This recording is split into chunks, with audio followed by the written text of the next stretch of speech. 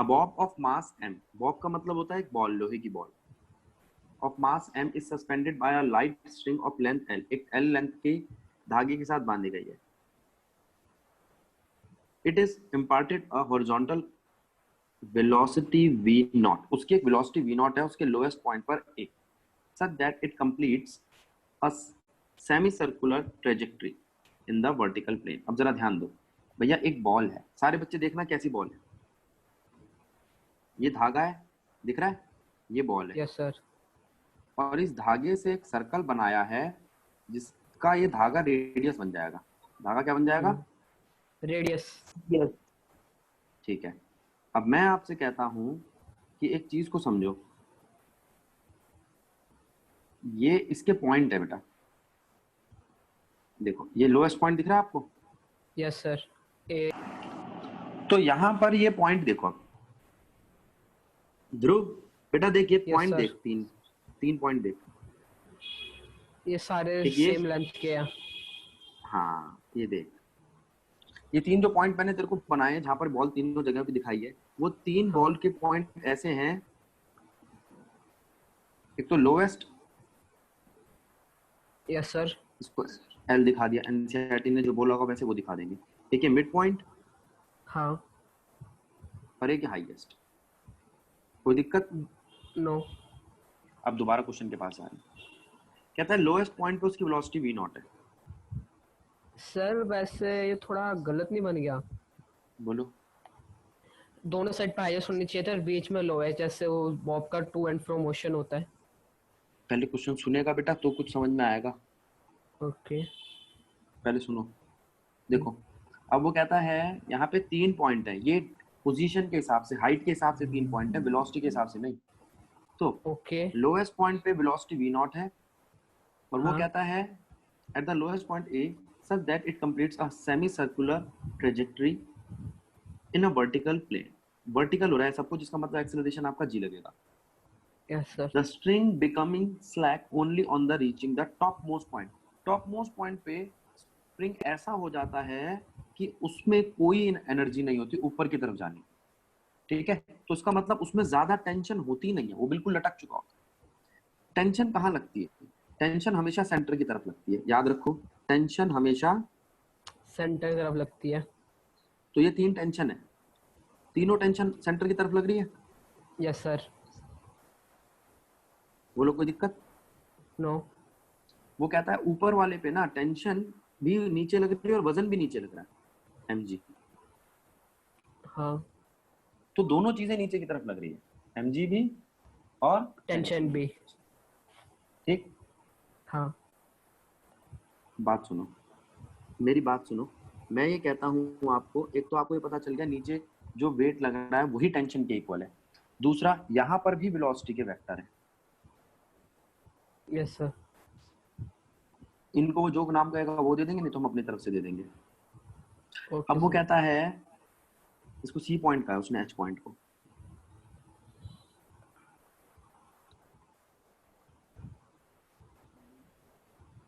As shown in figure 6.6, obtain an expression for first v naught, second velocity at point b and c.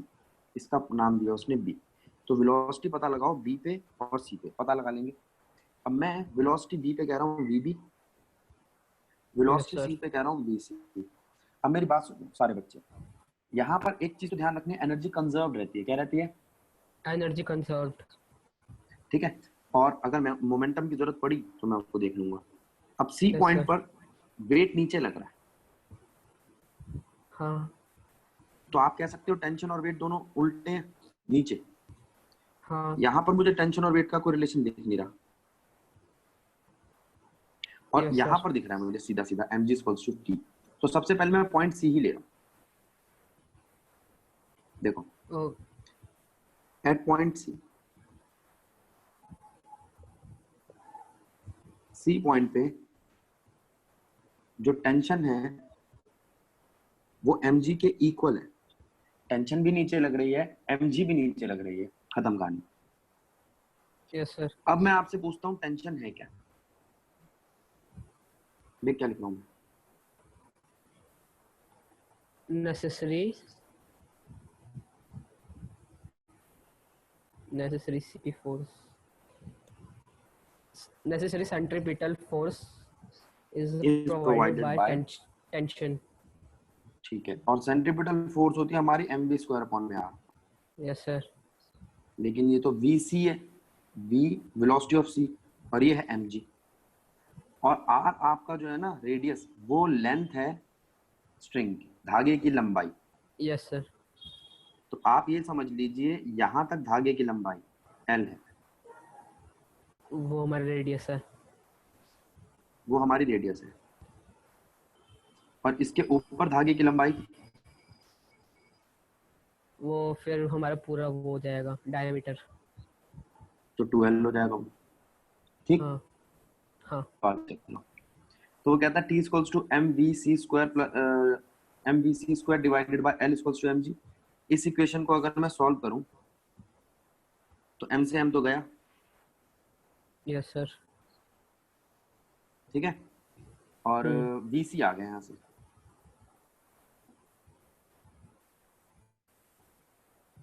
Under root ji l l. जी, l g g l. इसको equation 1 बना के छोड़ दो, और ये उसने okay. पूछा भी था हमसे कि क्या होगी वेलोसिटी एट सी पॉइंट, हमारा एक काम तो हो, ठीक है, ये एक तरीके की डेरिवेशन ही समझ लिया बेटा। यस अब sir. At point C, at point C C. Energy कितनी है?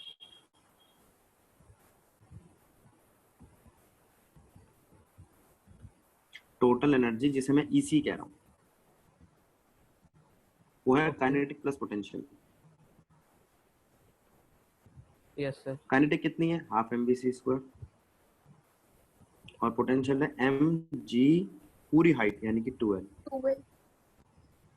पूरी हाइट 2l है ना। Yes sir.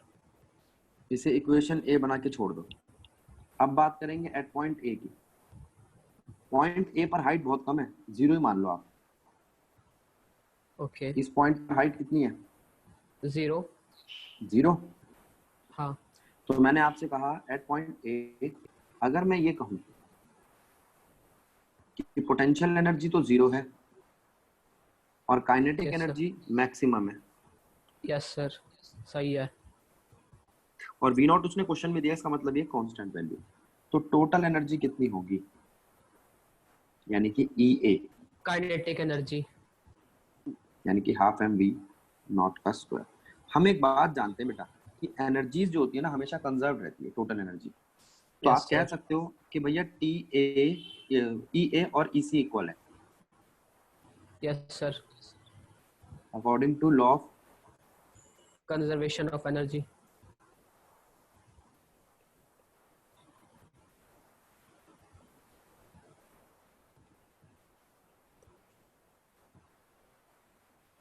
Conservation of energy के लॉ के हिसाब से ई ए इक्वल है ई सी के। ई ए तो हाफ एम वी नॉट है, यस सर। ई सी है हाफ एम वी सी का स्क्वायर और हाफ एम 2mgl, वो सर वो हाँ। ठीक है। अब यहाँ से क्या क्या चीजें कटती दिखाई दे रही है? हाफ कट रहा है, एम कट रहा है, काट दो जो जो कट रहा है। स्क्वायर। स्क्वायर काट दिया, बताओ क्या लड़का है ये। ओ सॉरी सॉरी, हाँ गलती से बोल दिया। अब वी नॉट जो है, वी नॉट का स्क्वायर वो क्या बन जाएगा आपका? वीसी का स्क्वायर हमने पीछे सॉल्व किया था अंडर रूट जीएल, जीएल था 3gl था, अंडर रूट जीएल। वीसी का स्क्वायर हमने पीछे क्या सॉल्व किया था? अंडर रूट जी एल। तो उसकी वैल्यू पुट करो, हाफ अंडर रूट जीएल का स्क्वायर। स्क्वायर, जी एल हो जाएगा ना, फ्री है, रूट हट और जाएगा। ये 2gl है, यहाँ पे भी हाफ है। अब जरा ध्यान दो, वी नॉट क्या आएगा? Half GL yes sir. Plus 2gl, और उस वाले 2 को अगर वहां से उठा के इधर लाऊंगा तो ये बन जाएगा यस सर। आधा, और 2 कितने होते? 2.5। हाँ। बाहर भी 2 है तो 2 से 2 कट जाएगा, यस सर। तो ये कितना आया भाई? V naught root 5gl, 5।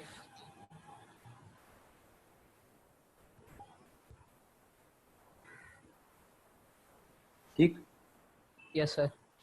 एक बात समझ आई? यस।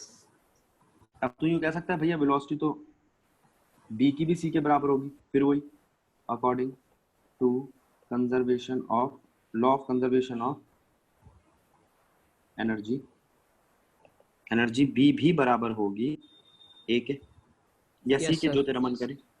अब b की एनर्जी कितनी सारे, ध्यान दो, b की एनर्जी है half m v b square और mgl क्या है? Half M we B square और एम जी एल। क्योंकि यहाँ पर हाइट b पॉइंट पे हाइट कितनी है? एल, स्ट्रिंग की लेंथ। ठीक है, यस सर।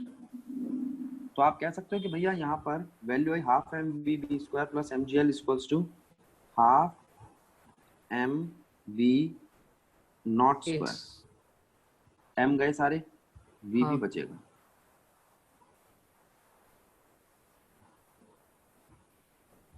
वी बी का स्क्वायर सर।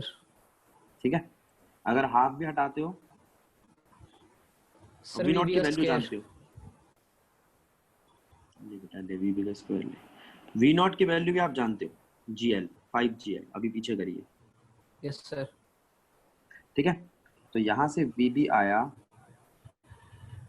ये जी एल उठा के उधर ले गया मैं, 5/2 GL माइनस GL, वहां जाके माइनस का हो गया और ये हाँ, 2 वहां जाके ऊपर चला गया स्क्वायर, तो वी भी आया आपका 3 GL, अंडर थ्री रूट जी 3 GL। एल ठीक है,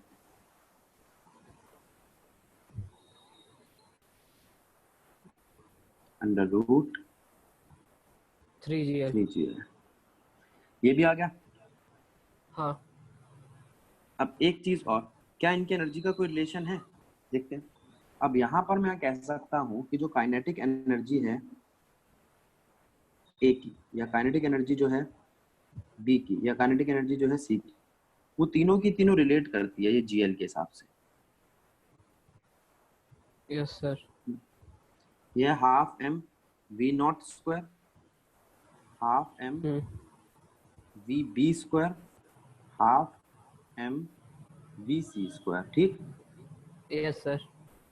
आपको तो ठीक है। एम, ये वी नॉट कितना है, 5 GL, 5 GL। 3 GL, sir under root. Under root square की वजह से हट गया। तो ओके। अगर मैं काइनेटिक एनर्जी ए की रेशियो काइनेटिक एनर्जी बी की रेशियो काइनेटिक एनर्जी सी की रेशियो से निकालता हूँ तो फॉर्म कुछ इक्वेशन ऐसे आती है, 5। ठीक, यस सर। अब एनसीईआरटी कहती है जो यहाँ पर एक ट्रेजेक्टरी बड़ी सर्कुलर मोशन की, वो क्या है? At point C the string becomes slack and the velocity of the bob in horizontal and to the left, horizontal है और लेफ्ट की तरफ है। If the connecting string is cut, अगर कनेक्टिंग स्ट्रिंग यहाँ से कट कर दी जाए at this point, C point पे, तो क्या होगा? बॉब एग्जीक्यूट करेगी projectile motion with horizontal projection. ठीक है, अब वो कहता है इसका मतलब क्या है, यहाँ पे जरा ध्यान दो। Slowing down of a neutrons, अब एक न्यूक्लियर रिएक्शन होती क्या है, न्यूक्लियर रिएक्टर क्या है, इसके बारे में थोड़ा सा समझ लेते हैं, जरा ध्यान दो। न्यूक्लियर रिएक्टर, न्यूक्लियर रिएक्टर एक ऐसा रिएक्टर है जिसमें हम एनर्जी को कन्वर्ट करते हैं, यूज टू कन्वर्ट एनर्जी। कहाँ से? न्यूक्लियर एनर्जी से किसी और में, जैसे न्यूक्लियर से इलेक्ट्रिक, ओके। इलेक्ट्रिकल एनर्जी में कन्वर्ट करने का काम आता है।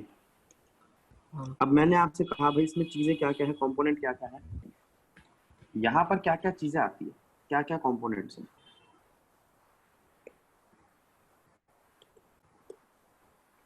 पहला, फ्यूल।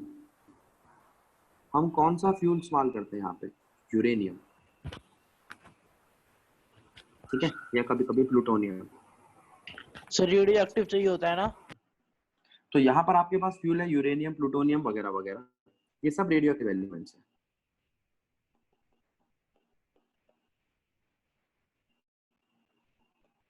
एक बात। दूसरी बात, यहाँ पर एक हम मॉडरेटर का इस्तेमाल कर सकते हैं। मॉडरेटर क्या होता है? ये यूज किया जाता है स्लो डाउन करने के लिए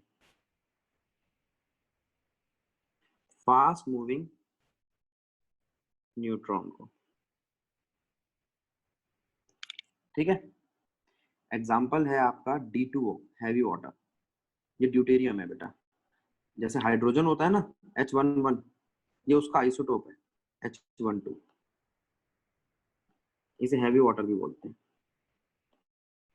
और ग्रेफाइट, ये क्या करते हैं? स्पीड कम कर देते हैं ये फास्ट मूविंग न्यूट्रॉन की। हमारा काम क्या है कि हम न्यूट्रॉन को बम्बार्ड करें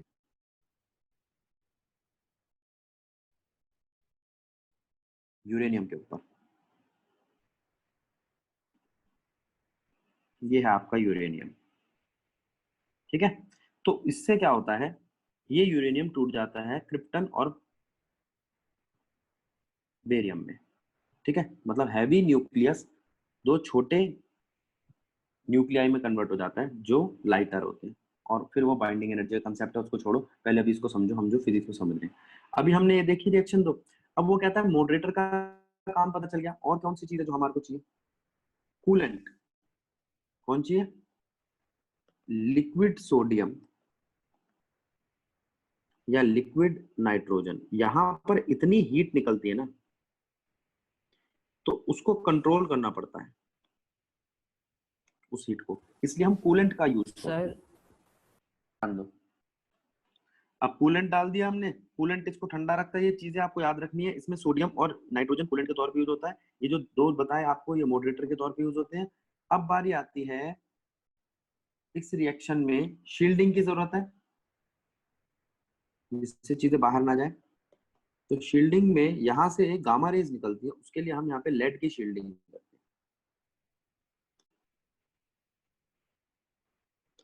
और इसके असर को, इसके जो धमाके, उनको एब्जॉर्ब करने के लिए हम एक कंक्रीट की वॉल बनाते हैं। ठीक है, और एक ये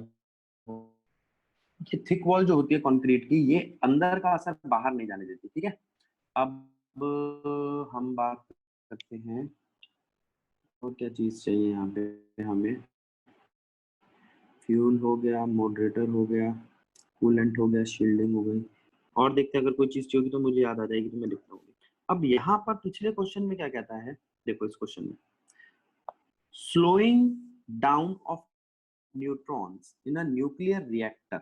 a neutron of high speed, एक न्यूट्रॉन है जिसकी स्पीड इतनी है जिसे मैं कंट्रोल ही नहीं कर सकता, तो ये नुकसान पहुंचाएगा, ये न्यूक्लियर बॉम्ब बन जाएगा। Must be slow down to 10⁻³ अब ये मेरे काम आएगा। So that it can a high probability of interacting with isotope of uranium, यानी कि uranium 235, and causing it to fission, एक रिएक्शन कर सके, इसे हम फिशन कहते हैं। फिशन का मतलब बड़े मॉलिक्यूल्स का, बड़े न्यूक्लियाई का टूटना छोटे में। show that a nuclear neutron can lose most of its kinetic energy in a elastic collision। वो कह रहा है भैया आपको दिखाना है कि जब यहाँ पर कोलिजन होता है तो यहाँ पर बहुत सारी एनर्जी न्यूट्रॉन छोड़ देता है। अब मेरी बात सुनो, ये फास्ट मूविंग न्यूट्रॉन आया, इसने हिट करना है यूरेनियम को। किसको हिट करना है बोलो? यूरेनियम। तो यूरेनियम को हिट करके उसको दो हिस्सों में तोड़ना है। तो मैंने आपसे कहा यूरेनियम की स्पीड क्या है? यूरेनियम तो 0 की स्पीड पे बैठा है। इनिशियली तो सिर्फ न्यूट्रॉन चलकर आ रहा था, तो काइनेटिक एनर्जी जो थी इनिशियली न्यूट्रॉन की, वो थी हाफ m1u1 की स्क्वायर। और फाइनली इसकी टकराने के बाद कितनी हो जाएगी?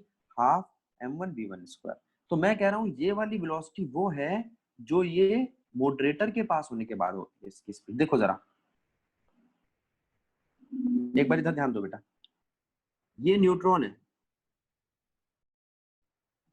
दिखाई दे रहा है, और ये यूरेनियम है। इसको यूरेनियम को हिट करना है, लेकिन अगर मैं बीच में कुछ चीजें डाल दूं तो इसकी स्पीड स्लो हो जाएगी, कोलिजन की वजह से, टक्कर की वजह से। Yes sir. ये हर्डल्स का काम करेंगे। ये मॉडरेटर है, समझ आया? Yes sir. सर ये मॉडरेटर किसके बने होते हैं?